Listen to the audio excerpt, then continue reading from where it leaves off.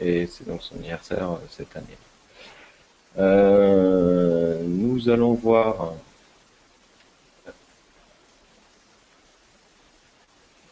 Nous allons donc voir aujourd'hui euh, le programme suivant. Donc à la fin de cette session, vous en saurez un peu plus sur l'un de nouveaux outils inclus dans AutoTurn Pro et AutoTurn, à savoir l'analyse des pures de giration version 2.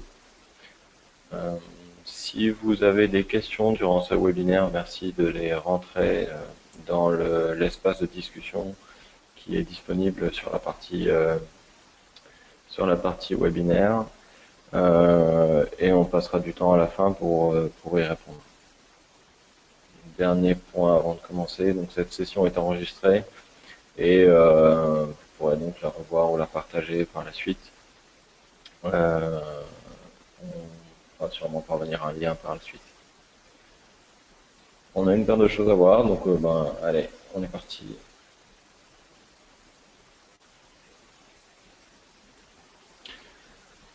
Donc si je demande qui n'a jamais entendu parler d'AutoTurn, je suis sûr qu'une poignée d'entre vous seulement lèvera la main. Ceci parce qu'AutoTurn existe maintenant depuis 25 ans et est connu comme proposant un service de simulation de giration, autrement appelé épure de giration. Mais la plupart d'entre vous et la plupart des gens disent juste on va faire une analyse AutoTurn de la conception.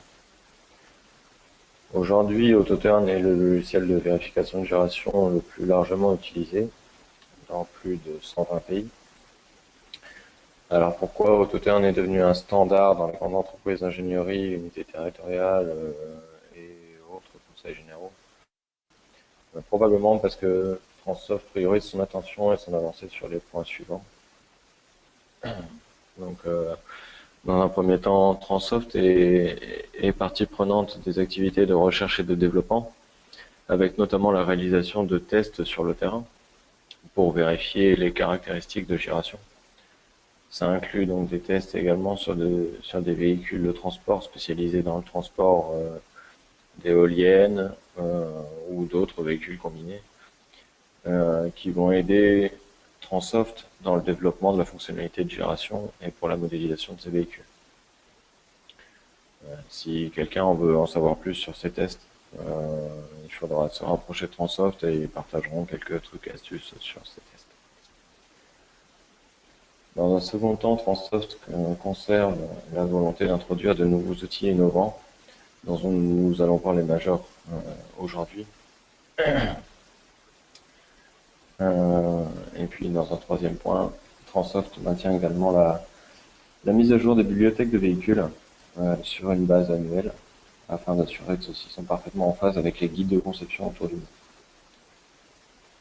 monde. Transsoft a également assisté à la rédaction du Green Book de l'ACHTO. Le Green Book, c'est la partie conception géométrique pour les autoroutes et les routes. Au vu du nombre de guides de conception autour du monde, c'est pas vraiment une petite affaire. Donc, Transsoft place un effort là-dessus et donc c'est assez appréciable. Vous voyez également quelques-unes des entreprises à grande renommée qui utilisent déjà les solutions AutoTurn.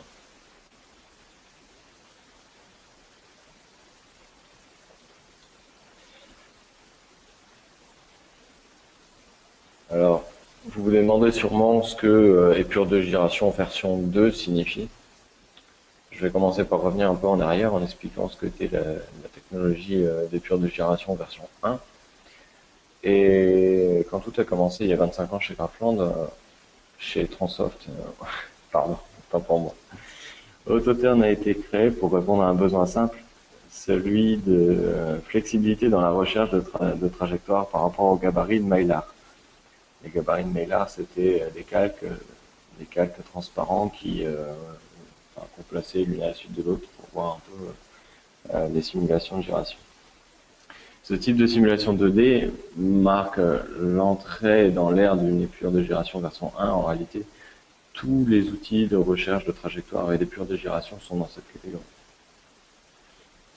Si je lance la vidéo, vous pouvez voir, donc là c'est l'épure de gyration version 1, donc vous pouvez voir la simulation est donc définie manuellement, mais vous avez la possibilité de faire suivre au véhicule une trajectoire libre. Vous connaissez le petit bouton de volant sur AutoTurn, et ou basé sur un axe, et à ce moment-là on parlera d'adaptation simulative, adaptative. L'avancée technologique a permis à Transoft de donner beaucoup plus d'intelligence à son outil. Et si maintenant les véhicules autonomes peuvent se conduire eux-mêmes, Google Car par exemple, AutoTurn peut le faire également. Et donc si on regarde donc l'épure de gyration version 2, on peut voir qu'en utilisant l'intelligence artificielle, AutoTurn peut générer automatiquement la trajectoire optimale pour le véhicule. C'est juste un début, mais ça change complètement la façon d'analyser la trajectoire pour pouvoir aller plus loin derrière. C'est pour ça donc qu'on parle de version 2 pour cette technologie d'épure de gyration. On va voir un peu plus sur cette technologie.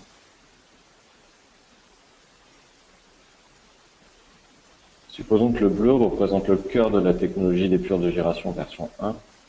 À certaines occasions, nous devrons quand même utiliser cet outil manuel. Mais l'automatisation de la recherche de trajectoire, vous verrez que dans beaucoup de cas, il sera plus facile de vérifier une épure de gyration en utilisant cette nouvelle approche. Une autre dimension, c'est l'analyse de la circulation des véhicules. Ça permet en phase amont de conception de définir quelle trajectoire pourra emprunter le véhicule choisi.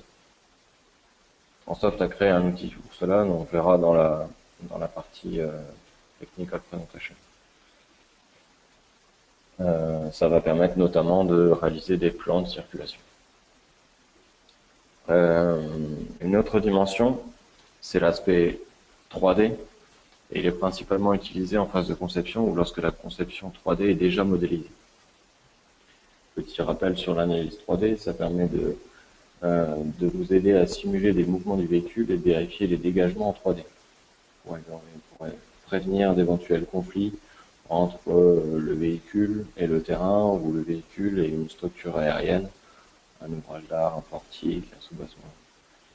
Et ces véhicules, ils ne sont pas toujours évidents à mettre en exergue, mais l'analyse de l'enveloppe 3D du véhicule trouve facilement les problèmes. Avant de pouvoir déceler ces problèmes, il faudra... c'est plus pour pouvoir déceler ces problèmes, ça va vous permettre d'éviter des coûts de reconstruction, ça minimisera les questions de responsabilité résultant d'accrochage sur d'éventuels passages à niveau, giratoires ou autres allées plus étroites. La combinaison de toutes ces parties jaunes constitue l'avancée de la technologie d'épure de gyration version 2. Ça apporte donc plus d'intelligence aux fonctions essentielles de l'auto. On va rentrer un peu plus dans le détail avec donc un tour d'horizon des nouvelles versions, des nouvelles fonctionnalités d'AutoTurn 10.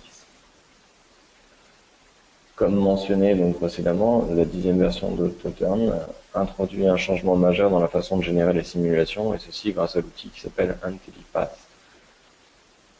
Cette version intègre également de nouveaux outils pour aider à résoudre de nouveaux scénarios et tester les différents projets tout en donnant à l'utilisateur plus de contrôle et de retour sur ses simulations. Avant de commencer la démonstration technique, je vais vous faire le tour d'horizon des nouveaux outils. Le premier, c'est donc l'outil IntelliPath. Et en fait, quand on évalue un site projet, l'accès des véhicules et le plan de circulation sont des étapes clés du projet. À cette étape, IntelliPath vous permettra de définir et de visualiser quels sont les différents itinéraires possibles. Ceux-ci pourront plus tard être évalués pour de multiples véhicules avec des utilisations de chemins automatiques. Différents itinéraires peuvent être ainsi exploités. On verra ça pendant la démonstration technique. Mais si on regarde la vidéo qui a été développée, on voit que sur la partie, on peut définir plusieurs trajets, par exemple pour les équipements, pour les transports en commun, pour un camion incendie ou l'entretien par exemple. Une fois que ces itinéraires ont été définis, la prochaine étape est donc de placer la simulation du véhicule et la recherche de trajectoire pour la combinaison de véhicules attendus sur le projet. Comme vous pouvez le voir sur la vidéo, donc des véhicules différents peuvent être évalués pour pour un ou de multiples itinéraires. Dans cet exemple, si on regarde sur les deux itinéraires, donc le magenta et le vert, on va vouloir évaluer donc pour le magenta qu'un bus de ville ou une navette peut passer. Et donc sur cet itinéraire, on va rajouter facilement un ou plusieurs véhicules.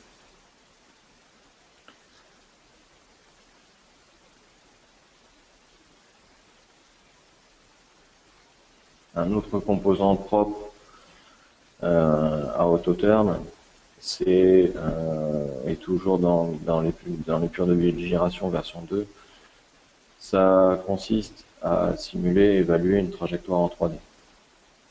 L'enveloppe de la trajectoire en 3D crée donc des conflits avec des objets 3D, c'est donc assez facile à détecter. Comme vous pouvez voir sur cet exemple, les conflits avec les éléments aériens, ou plus généralement tout élément en 3D entrant en contact avec l'enveloppe, est en surbrillance et un message est affiché sur la simulation.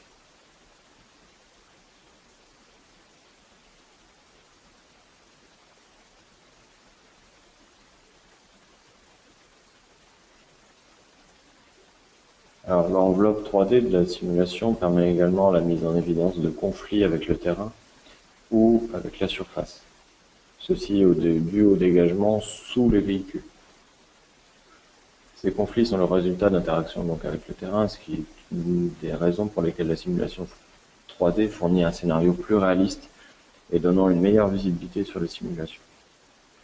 À titre d'exemple, l'analyse de dégagement est communément utilisée pour éviter une reconstruction ou minimiser les problèmes de sécurité dans les allées étroites, les passages à niveau, les passages inférieurs à gabarit limité, pour les véhicules à faible dégagement comme un camion surbaissé, et on peut également l'utiliser pour une analyse de giratoire.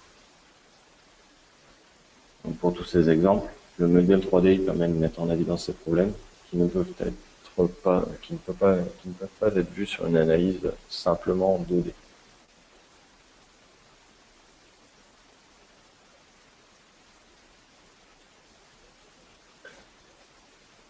Dernier point, et pas des moindres, d'autres limitations de véhicules peuvent être étudiées en 3D, comme les angles de tangage et de roulis. Alors ces angles peuvent être définis dans AutoTurn selon les spécifications du constructeur et peuvent être ainsi pris en compte dans les simulations 3D. Comme on le verra dans la présentation technique, ces angles peuvent limiter l'accès à certains véhicules et dans certains cas. Nous avons donc fait le tour maintenant de des nouveautés apportées par la technologie d'épure de giration version 2. On va donc passer aux autres outils ajoutés dans AutoTurn 10.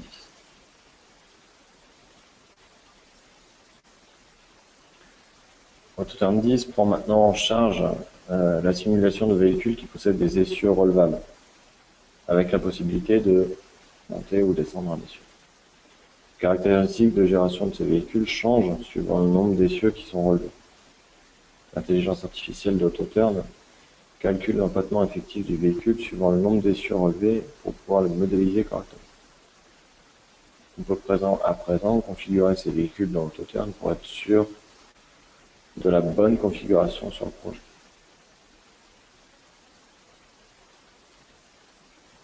Donc là, on a quelques exemples. On a un exemple d'essieux relevés donc sur un véhicule américain. Là, on voit un autre exemple.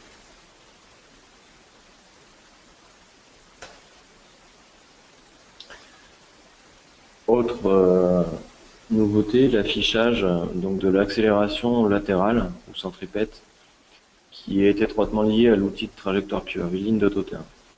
Lorsque l'on crée une simulation curviligne, l'intelligence artificielle d'AutoTurn met en relation vitesse et trajectoire pour afficher l'accélération latérale.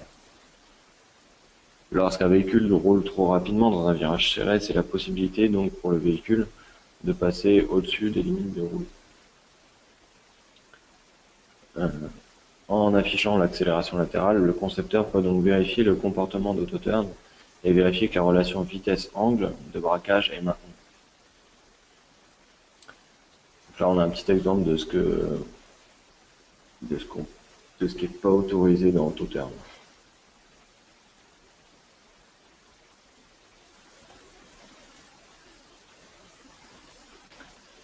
Autre nouveauté, la possibilité de détacher une remorque. Alors la possibilité de détacher une remorque, ça prend tout son sens dans un port ou dans tout autre endroit où il y a des quais de déchargement.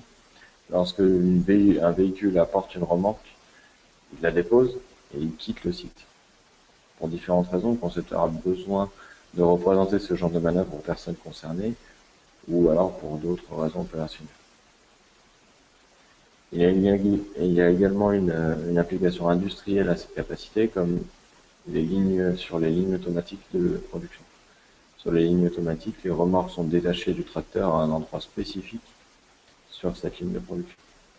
L'espace requis donc pour la manœuvre du tracteur sans remorque peut être ainsi facilement limité.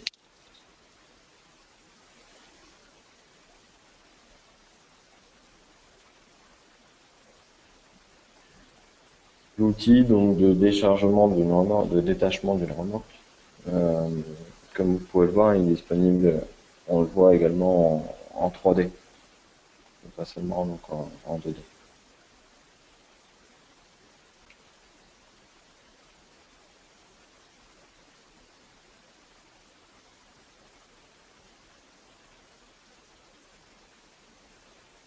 La version 10 d'AutoTurn nous apporte la possibilité de contrôler les calques et les niveaux pour les différents composants de la simulation. C'est une des fonctionnalités qui avait été souvent demandées à Transoft dans le passé. Et donc maintenant c'est assez facile à réaliser, donc toujours dans les propriétés, on va aller changer le calque dans lequel on va tracer les enveloppes ou les véhicules. En plus de ça, en séparant la simulation de son enveloppe, on peut contrôler la transparence pour le calque ou le niveau dans lequel est placée l'enveloppe 3D, pour avoir un meilleur contrôle sur l'affichage des simulations.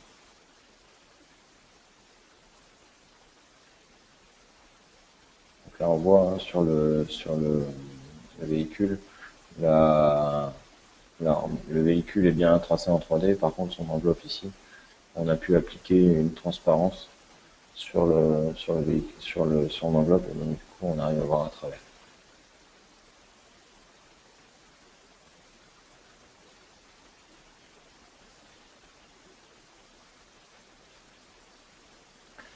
Dans AutoTurn 10, Transoft a fait une refonte majeure de l'interface de création de véhicules.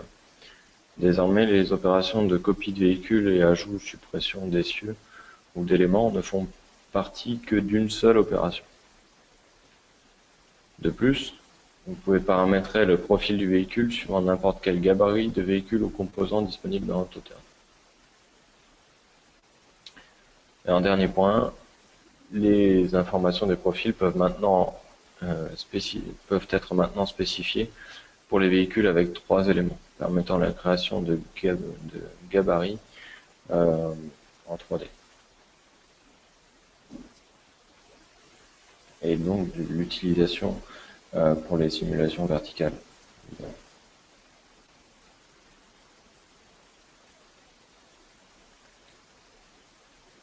En ce qui concerne les bibliothèques de véhicules dans AutoTurn 10, Donc les bibliothèques suivantes ont été rajoutées. Donc on retrouve de nouvelles bibliothèques pour la Suisse, la Hongrie, la Norvège, mais également en Asie et en Amérique du Nord. Si vous ne trouvez pas les véhicules ou les bibliothèques qui vous intéresseraient, vous pouvez toujours contacter donc Transoft et à ce moment-là, suivant les demandes, elles pourront être ajoutées aussi rapidement que possible.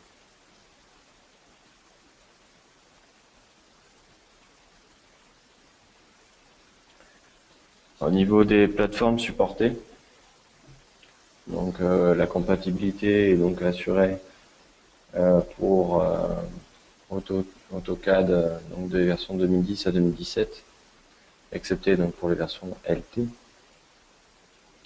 AutoCAD Civil 3D donc 2010-2017, avec notamment les surfaces et les axes. Donc on va pouvoir retrouver les fonctionnalités de simulation adaptative le long d'un axe AutoCAD. D'un axe Civil 3D. On va pouvoir donc récupérer et travailler également donc sur les plateformes Bentley, MicroStation, que ce soit de la V8i XM, de la V8i, de la XM, également sur Power Civil, Power Draft, et également Power Geopack, Power Inroad. Pour ce qui est de Brixis, on va pouvoir retrouver AutoTurn 10 sur la version 13, 14 et 15 Pro et Platinum.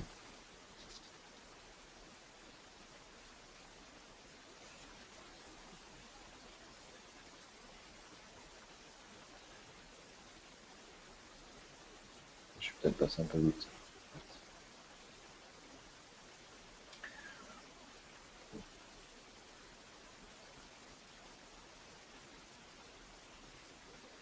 Donc on va passer. Oula, on va passer à la démonstration technique. Et donc je vais refaire avec vous je vais balayer avec vous les fonctionnalités que je viens de vous montrer. Bon, je vais en même temps on vient de parler.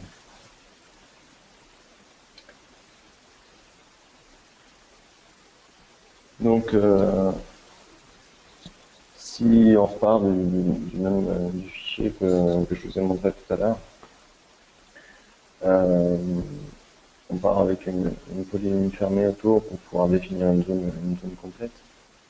Et ensuite, je peux lancer donc une Telepath, qui est le nouvel outil qui est apparu sur la version 10. Et je vais définir donc ma zone d'analyse, la zone d'analyse de mon projet.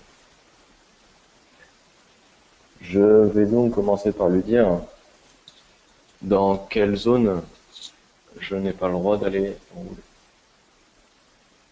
Donc je vais rajouter des zones d'exclusion ici. Donc notamment sur l'îlot. Et à ce moment-là, je vais juste sélectionner mon îlot.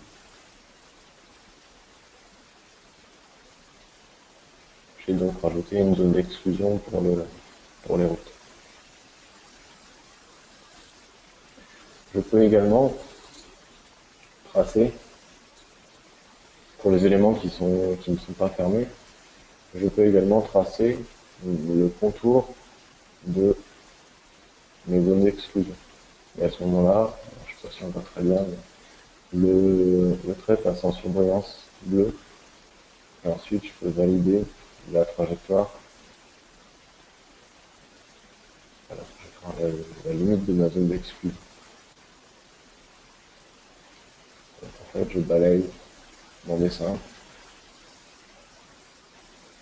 et je lui fais dessiner tout le contour de ma zone d'exclusion.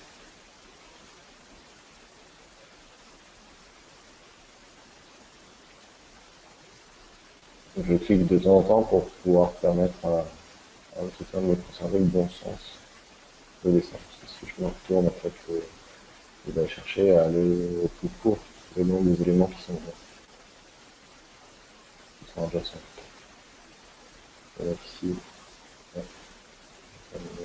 ouais, Et j'ai donc rajouté une zone d'exclusion pour mon trajet. Cette zone d'exclusion, elle est passée en jaune. Et donc maintenant, je vais pouvoir définir les, euh, les différentes trajectoires que je veux vouloir réaliser. Les différents itinéraires qui vont pouvoir être empruntés. Donc, par exemple, pour mon camion de livraison, il va arriver par cette route ici, et puis je vais l'autoriser à utiliser, à emprunter toute cette route-là, pour aller jusqu'à l'espace de déchargement qui est derrière. Je valide. Cette trajectoire, je vais donc la renommer, c'est ma trajectoire de livraison.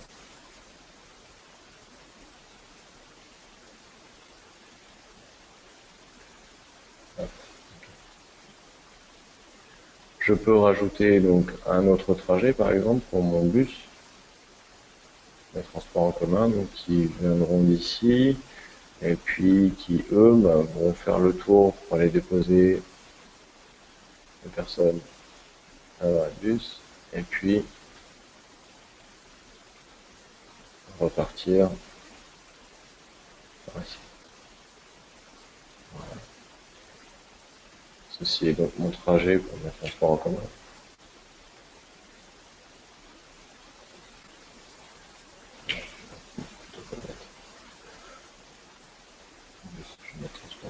Puisque je peux avoir plusieurs véhicules dessus, donc je peux pas mettre une dénomination de bus sur un truc qui peut être vérifié pour plusieurs véhicules.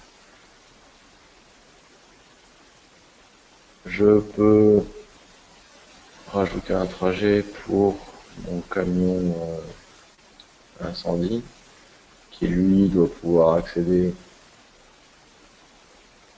devant.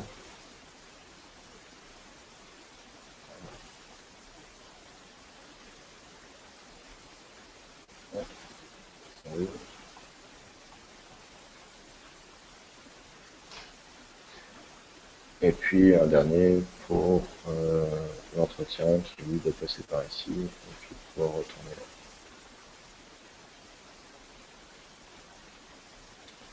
Pouvoir changer sa couleur. Voilà. Donc ensuite, sur tous les itinéraires qui sont définis ici,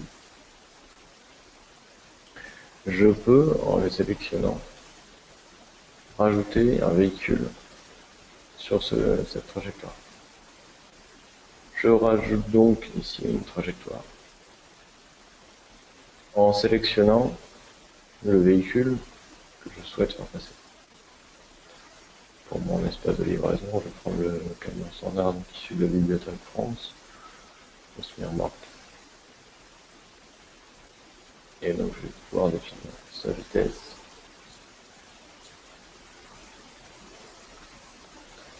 Je clique sur OK. Je vois donc que quand je me promène sur le dessin, j'ai mon curseur qui passe en rouge dans les zones d'exclusion, et dès que je passe dans une zone qui est concernée par l'itinéraire sélectionné précédemment, je vais pouvoir placer mon camion. Donc je vais placer, je vais l'orienter, et ensuite j'ai donc son point de départ qui est là, et je vais aller cliquer sur le point de fin ici. Et automatiquement,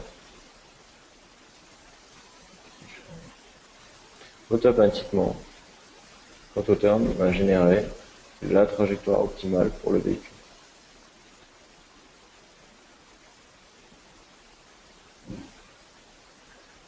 Donc, ça va me permettre de tester. Pardon, j'ai peut-être beaucoup de zoom des zooms, ça donne peut-être mal. Ça va me permettre de tester, par exemple, cette raquette de retournement ici, avec plusieurs bus. Je vais, dans un premier temps, sélectionner l'itinéraire, puis je vais rajouter, toujours dans la Bibliothèque France, je vais prendre le bus simple et je vais pouvoir vérifier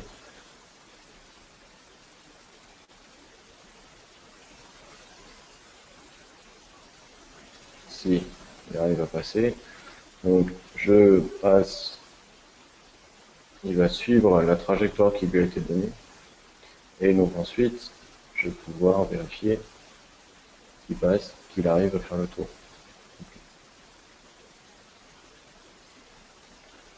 Donc ça pour un bus monobloc, je dirais. Mais je peux également rajouter un test sur la même trajectoire, sur le même trajet.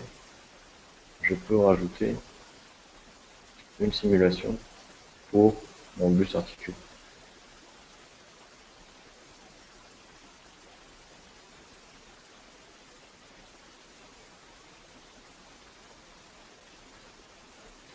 Donc comme ça, je vais pouvoir vérifier que à la fois mon bus monobloc et mon bus articulé peuvent passer ici sur cette raquette de retournement.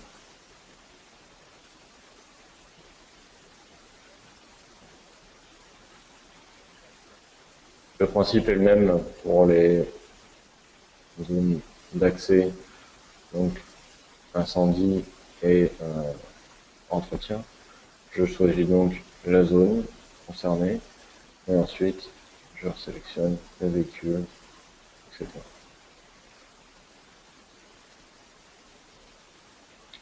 Je sélectionne, je peux prendre le lieu,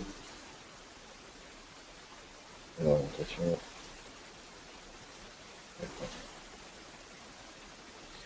Voilà.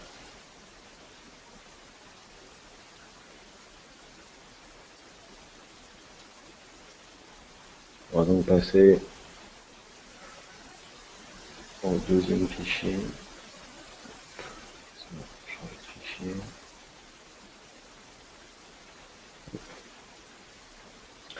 Donc ici, on est sur une zone plutôt résidentielle. Alors, je vais commencer par désactiver l'image qui est aérienne. Et je vais relancer donc mon outil IntelliPath.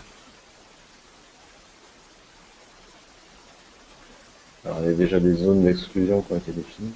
Je vais rajouter des zones d'exclusion, notamment au niveau de ces 4 blocs ici. Donc je vais juste sélectionner les zones concernées.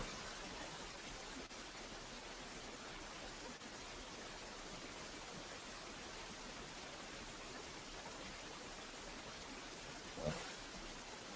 Donc rajouter les premières zones d'exclusion.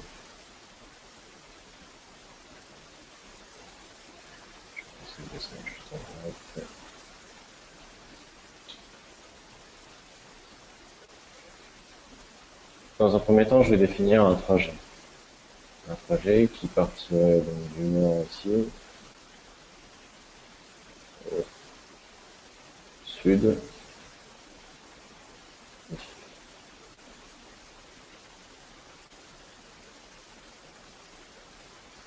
J'ai donc défini ce trajet. Je peux demander à AutoTurn de me calculer un itinéraire différent, un itinéraire donc, alternatif à ma simulation, à ma trajectoire qui va donc du nord au sud. Pour cela, je sélectionne la simulation ici et je clique sur évaluer d'autres trajets. Alors certes, c'est pas le chemin le plus court, mais c'est aussi une solution pour aller de mon point en haut à mon point en bas. Je valide ce trajet. Il m'a donc créé un trajet alternatif. Tuteur m'a donc créé un trajet alternatif pour aller de mon point nord à mon point sud en passant par un autre itinéraire. J'ai donc ici la possibilité ensuite de faire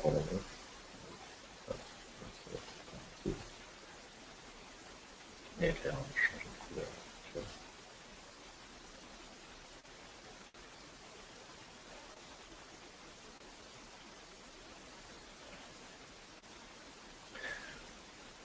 Alors, pour ce qui m'intéresse ici, ça va être de d'évaluer donc la possibilité de pour un bus par exemple de descendre donc de nord au sud. Je vais donc aller sélectionner mon bus dans ma bibliothèque.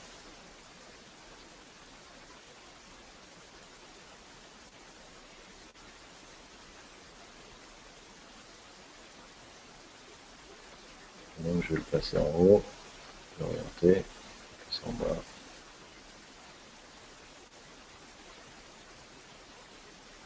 Voilà, on est passé, pas de problème. Enfin si, il y en a justement un problème, c'est qu'en fait, ici, je vais pas sélectionner la zone de débordement ici. Et donc en fait, je vais devoir modifier ma zone d'exclusion. Ma zone d'exclusion, ça va pas seulement être un rectangle ici, ça va être un rectangle avec la protubérance ici euh, qui va favoriser donc peut-être les approches pour les passages piétons derrière. Donc je retourne sur IntelliPad.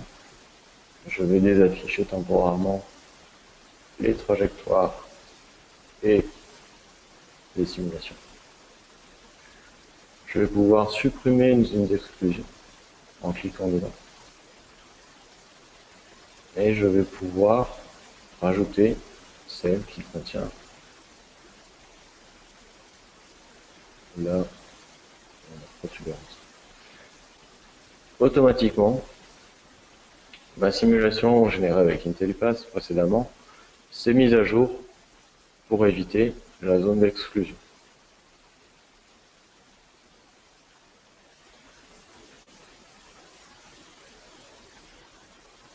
Je vais pouvoir également je vais essayer sur ce fichier un camion de livraison. Je peux vouloir évaluer donc un camion de livraison qui viendrait ici, rentrer dans cette petite espace de livraison et après repartir. À ce moment-là, je redéfinis un nouveau trajet qui part d'ici, qui passe là. Je clique à chaque fois pour donner les étapes. Et donc ensuite, je vais pouvoir repartir par ici. Voilà. Donc là, ça va être pour ma livraison.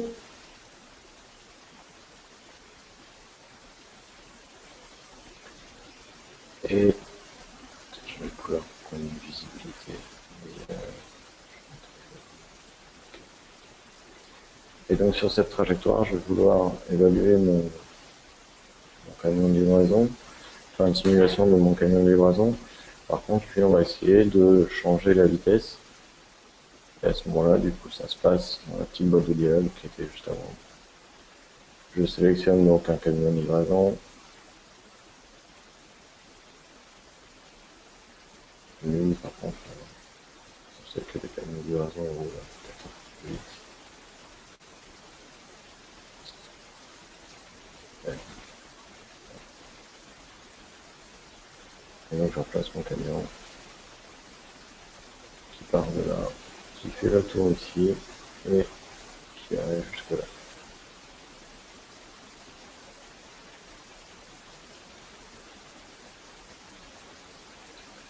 Voilà. J'ai également la possibilité ici, donc on voit qu'il arrive à passer partout, j'ai la possibilité donc de continuer également ces simulations. Via les outils classiques de Total, je vais pouvoir continuer ici les simulations.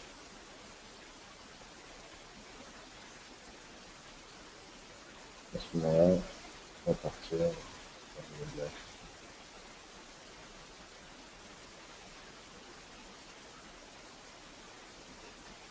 La simulation est bien affichée ici.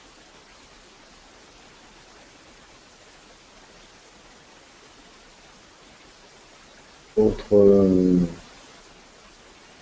fonctionnalités donc on a vu dans le PowerPoint, c'est donc la partie analyse 3D.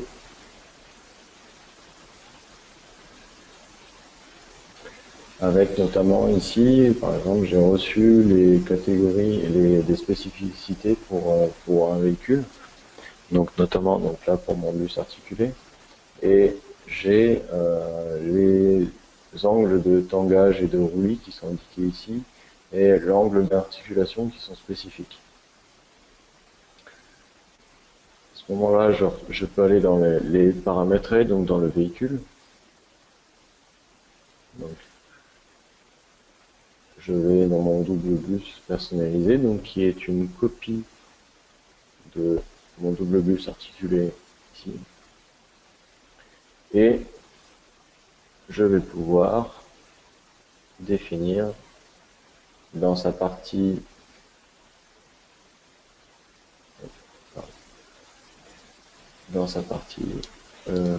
c'est lorsque je copie, je ferai la manip pour vous. Donc, lorsque je copie mon bus articulé ici,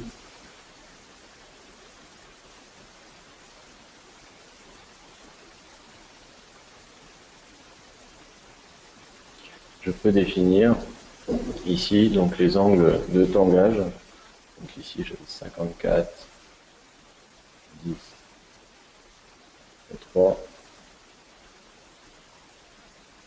Donc ici je renomme mon bus.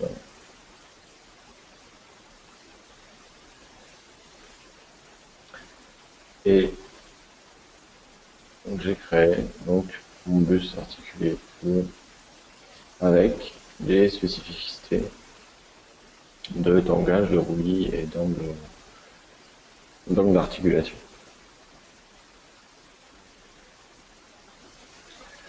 Donc pour la partie 3D, j'ai déjà généré juste avant la simulation en 2D.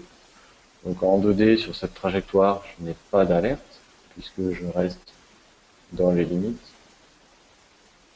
Je n'ai pas d'alerte, techniquement je passe. Par contre, je vais pouvoir dans un premier temps faire une analyse, une simulation verticale. Donc je vérifie que mon bus, c'est bien celui qui est sélectionné, donc que ce soit celui que j'avais créé avant pour faire la simulation, c'est le même.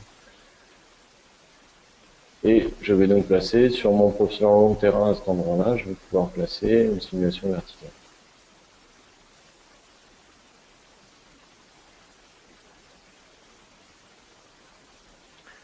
Donc, je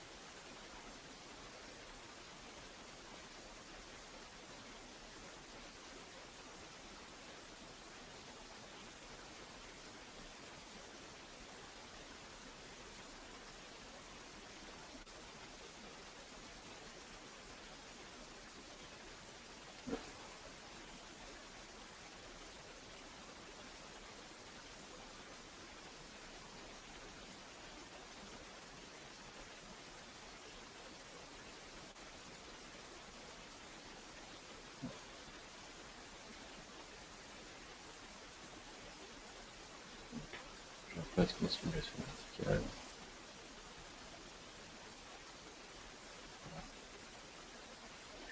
Je n'ai donc pas de problème sur cette simulation verticale. Au niveau de la garde au sol et des dégagements, je n'ai pas généré de conflit. Donc par contre, je vais faire mon analyse en 3D ici pour vérifier au niveau de mon tangage et de mon roulis si ça passe pas. Donc je vais convertir cette simulation de 2D en 3D. Je vais sélectionner un terrain. Le terrain, c'est donc ma surface ici. Je sélectionne ensuite ma génération en 2D. Et donc, je vais convertir en 3D. Je vais la conserver pour l'instant. Et on va voir que la simulation 3D ne va pas plus loin qu'ici. Puisqu'en fait, ici, j'ai un avertissement. J'ai un dépassage du roulis maximal. Et à ce moment-là, ici, ça veut dire que cette simulation, elle passait en 2D, en 3D, en profilant long, elle passait correctement. Par contre, en utilisant les spécificités du bus, donc au niveau du tangage et du roulis, on voit que il y a un conflit donc au niveau des capacités du véhicule. Voilà. La simulation apparaît pour avoir une meilleure visibilité. Et je vais passer sur mon deuxième exemple qui est en dessous. C'est ce que j'ai appelé un low bus. J'ai créé un bus et dessus en fait je vais venir changer sa garde au sol. Donc j'ai copié mon bus, le bus issu de la Bibliothèque France. Et ce bus, il a des propriétés spécifiques, c'est que au niveau de sa garde au sol, elle a été modifiée, donc je n'ai plus qu'une garde au sol avant le 10 et 10 ici. Bon, j'ai forcé un peu pour pouvoir voir correctement l'application du terrain. Et donc ici, sur cette simulation, je vais la passer également en 3D. Mon terrain ayant déjà été sélectionné auparavant, je n'ai qu'à sélectionner ma simulation. Et donc ici, on voit qu'on passe en rouge au niveau des conflits. Et au niveau de mon enveloppe 3D, et j'ai la notion de conflit qui se produit avec le terrain, qui est apparu. Si je passe en vue enregistrée,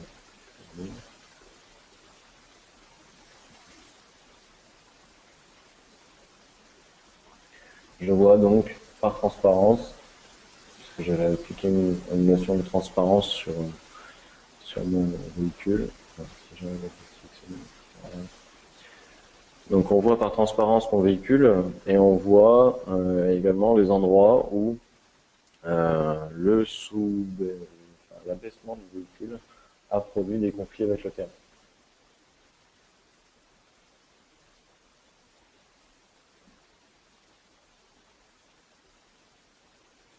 Je repasse un jour 2D.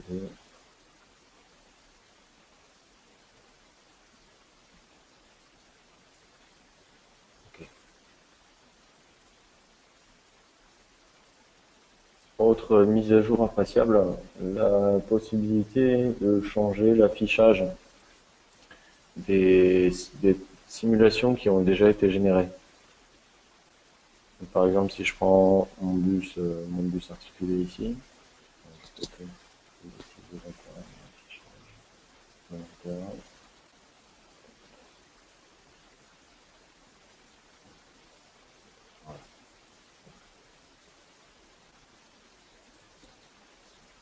je retourne dans la palette AutoTurn et dans les propriétés ici, je vais pouvoir changer, mais ici dans l'enveloppe 2D, je vais par exemple changer la couleur du véhicule, la couleur des pneus par exemple, et au niveau de mon enveloppe, je vais rajouter une marge au niveau de ma carrosserie, je vais rajouter une marge de 30 cm. Hop, par violet. Okay. Et ici, on a l'apparition du bouton mise à jour. Et à ce moment-là, ici, en cliquant sur mise à jour, je viens sélectionner ensuite ma simulation. Et ma simulation se met à jour en fonction des nouveaux paramètres rentrés dans les propriétés ici. Les nouvelles propriétés de simulation.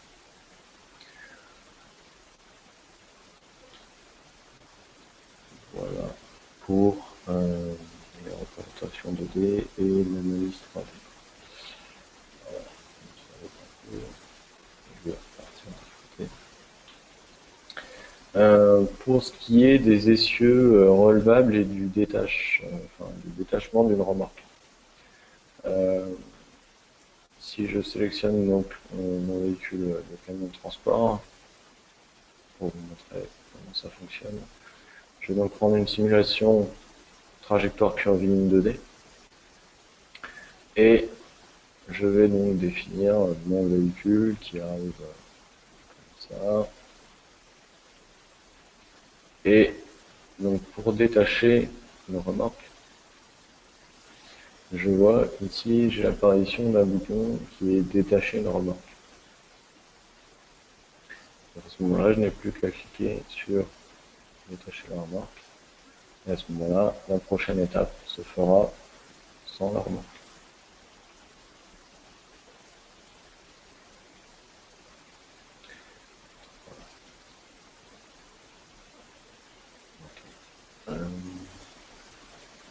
Au niveau des essieux, les essieux relevables, de la définition d'essieux relevables ou non,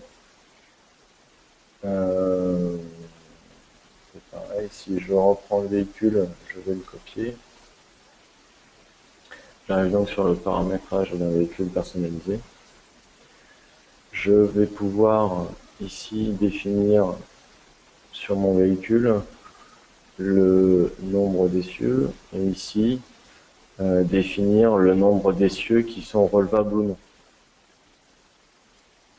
Là, comme j'ai 3 essieux, je peux en enlever 2, mais si je regarde en plan aussi, en représentation ici, j'ai donc un essieu qui est passé en grisé.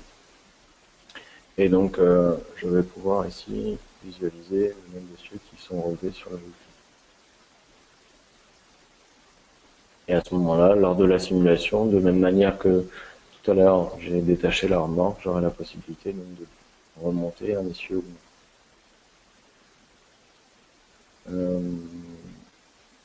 Dernier point donc, que j'avais abordé dans les présentations des nouveautés, et avant de passer juste aux questions-réponses que vous auriez, la possibilité ici de rajouter, dans le cadre de modification de votre profil, de rajouter donc le profil des éléments. Et donc ici, on vient définir le nombre, le type d'éléments qu'on a défini, et ainsi on définit la représentation qui est ici et qui sera définie par la suite.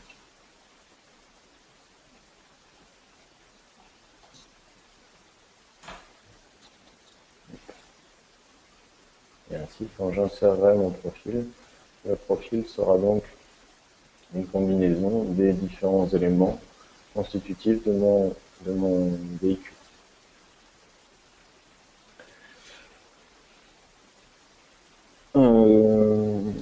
Voilà, on a fait le tour de ce que je vous avais présenté. On va donc passer aux questions-réponses.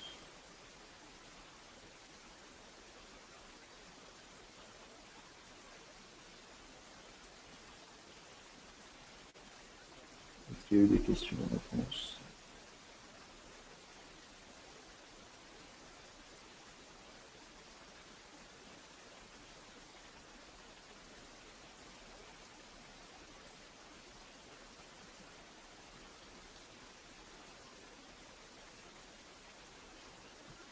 Vous m'entendez peut-être plus.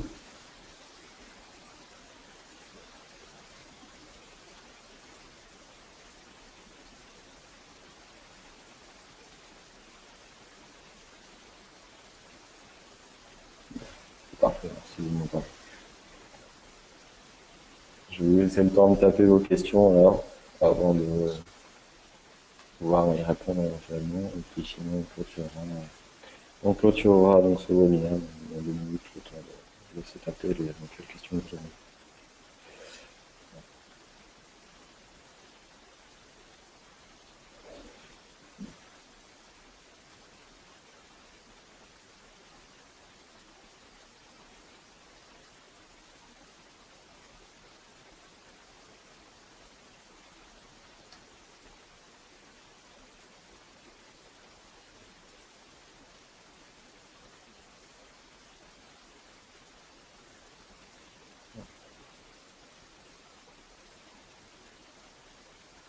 Alors, apparemment, je ne vois pas vos questions.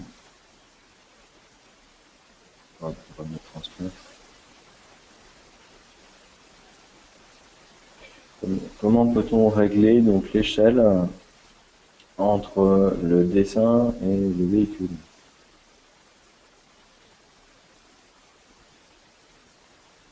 Alors techniquement, on règle pas l'échelle entre le dessin et le véhicule. On va regarder les notions d'unité qui sont entre chaque, entre les unités du dessin et donc les unités d'autoturn. Et donc on va mettre ce facteur, on va dessiner un facteur 1. Pas de notion d'échelle.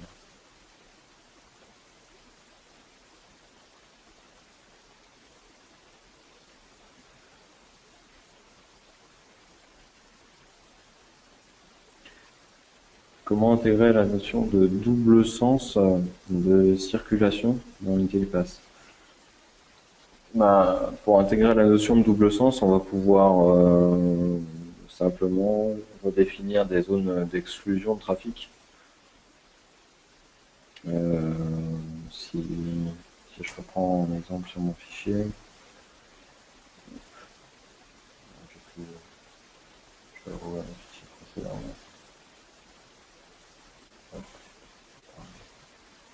Je vais ouvrir le fichier ici. Si je définis une nouvelle image, une nouvelle zone d'exclusion qui serait ma moitié de chaussée, à ce moment-là, du coup, la mise à jour, elle se ferait automatiquement.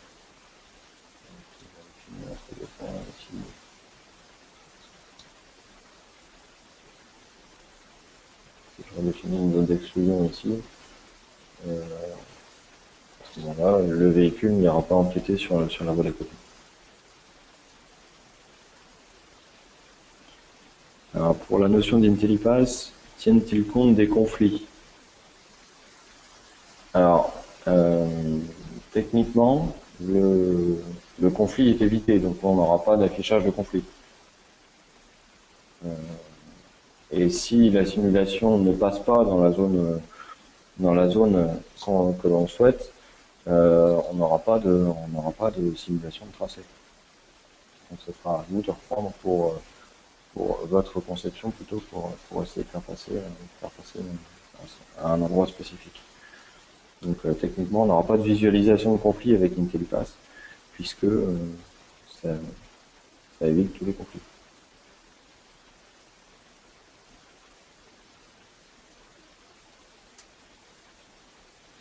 Quelqu'un d'autre, peut-être?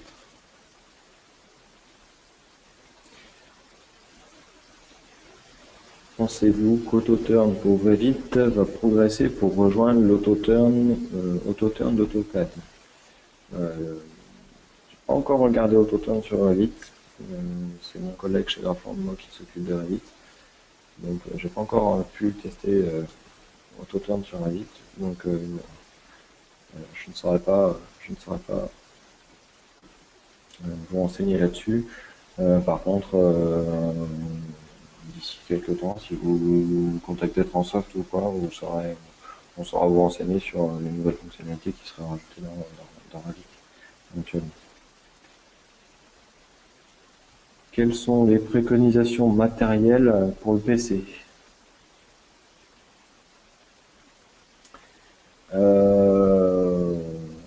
Bah, techniquement, tous ceux qui arrivent à faire tourner les logiciels support, c'est-à-dire AutoCAD, tout ça, on arrivera à faire tourner AutoCAD dessus.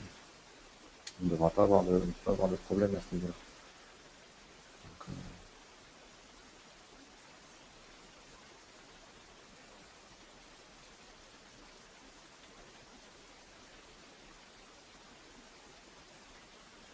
Alors, pour les modélisations de terrain, quelle est la limite du nombre de facettes pour la simulation? Euh, je vais attendre une petite précision justement là pour le nombre de facettes, savoir de quel euh, logiciel on parle, puisque facettes sur quoi? Sur AutoCAD, sur MicroStation ou avec une fonction civile. Je vais voir un petit peu plus les triangles grisés sur mon exemple.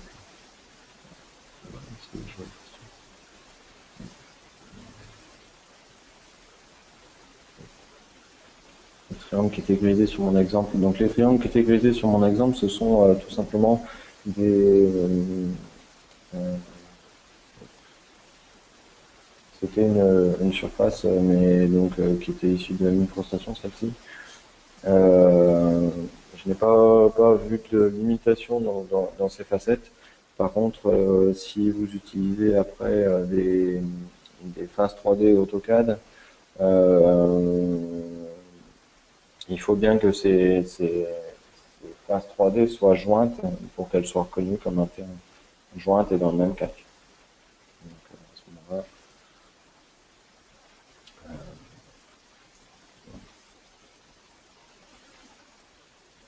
la simulation IntelliPass peut être éditée avec les poignées d'édition Pass Control. Non, non. De la même façon qu'on ne peut pas éditer une simulation libre, on ne peut pas éditer les, on ne peut pas éditer les simulations issues d'IntelliPass.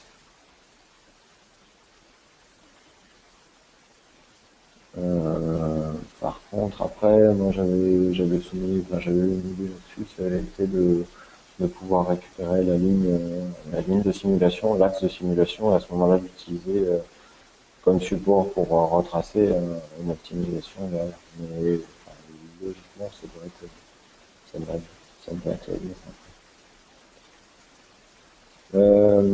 J'ai vu qu'il était possible d'ajouter des essieux. Peut-on définir lesquels peuvent être directionnels? Euh, Pas à ma connaissance. Euh, je ne serai pas renseigné là-dessus. On vous répondra par la suite. Je prends votre mail et on vous répondra par la suite.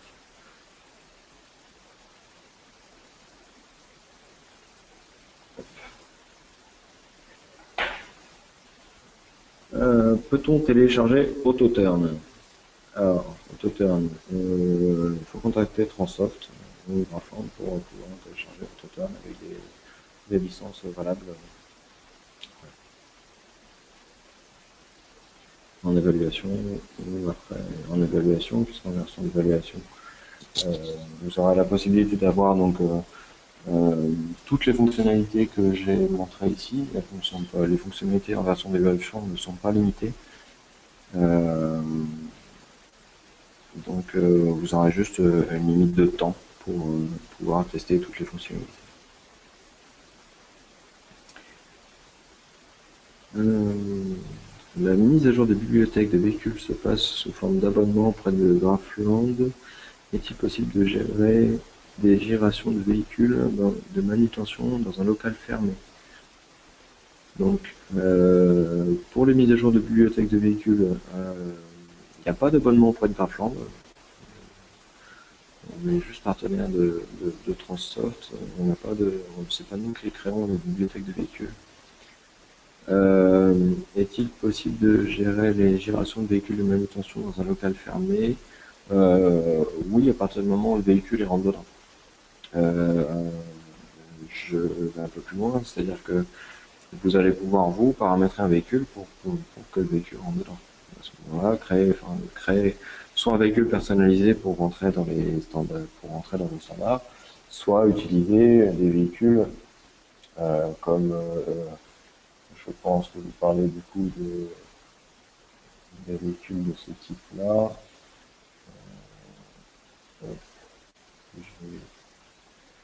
Voilà, celui-là, si on parle de ça, on peut prendre celui qui est présent. Autoturn existe-t-il sur Revit? Oui, oui, il existe sur Revit. Oui, il existe sur Revit. Mais les fonctionnalités, j'ai pas pu regarder, mais donc, Autoturn existe bien sur Revit.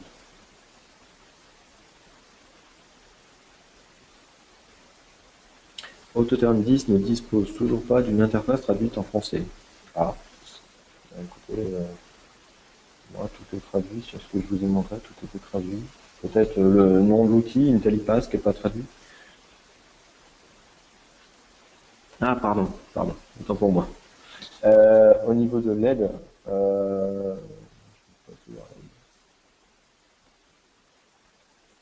et en même temps, je suis dans une version avant sortie, donc je sais pas si j'aurai accès à l'aide. Je sais pas, faudrait que Transsoft fasse la réponse là-dessus. Donc, je note votre question et puis on verra vers vous votre question, votre nom, monsieur Pierre Cacheux. Voilà, c'est noté. Hop. Et une présentation pour Revit était prévue prochainement. Pas encore. Maintenant, si c'est une demande et que y a quelqu'un qui serait susceptible de la faire, ça peut, ça peut, ça peut s'envisager. Voilà.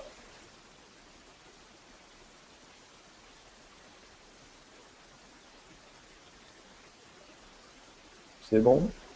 Euh, D'autres questions? D'autres questions?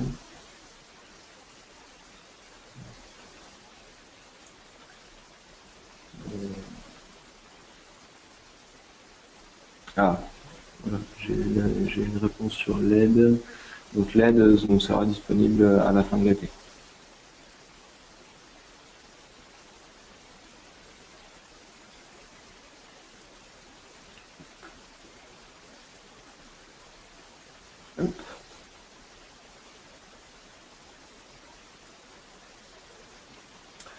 Donc je propose de passer à la conclusion. Donc merci bien de nous avoir rejoints aujourd'hui. Donc si vous êtes intéressé par une évaluation d'Autoturn 10, donc faites-le savoir donc à nous Grafland ou à Transsoft.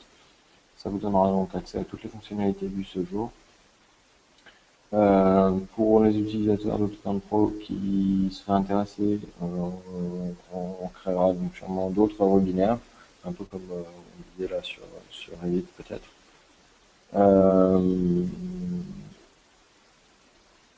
J'espère que voilà, vous avez apprécié ce webinaire de présentation, puis sentez-vous libre de nous adresser donc vos questions supplémentaires. Et dans tous les cas, merci encore de vous être connectés et puis avec plaisir de vous voir bientôt. Est-ce que, dernière question, est-ce que vous nous transmettrez la formation? On transmettra la vidéo. Voilà, la vidéo qui sera transmise. Voilà. Merci beaucoup, merci à tous. À bientôt. Au revoir.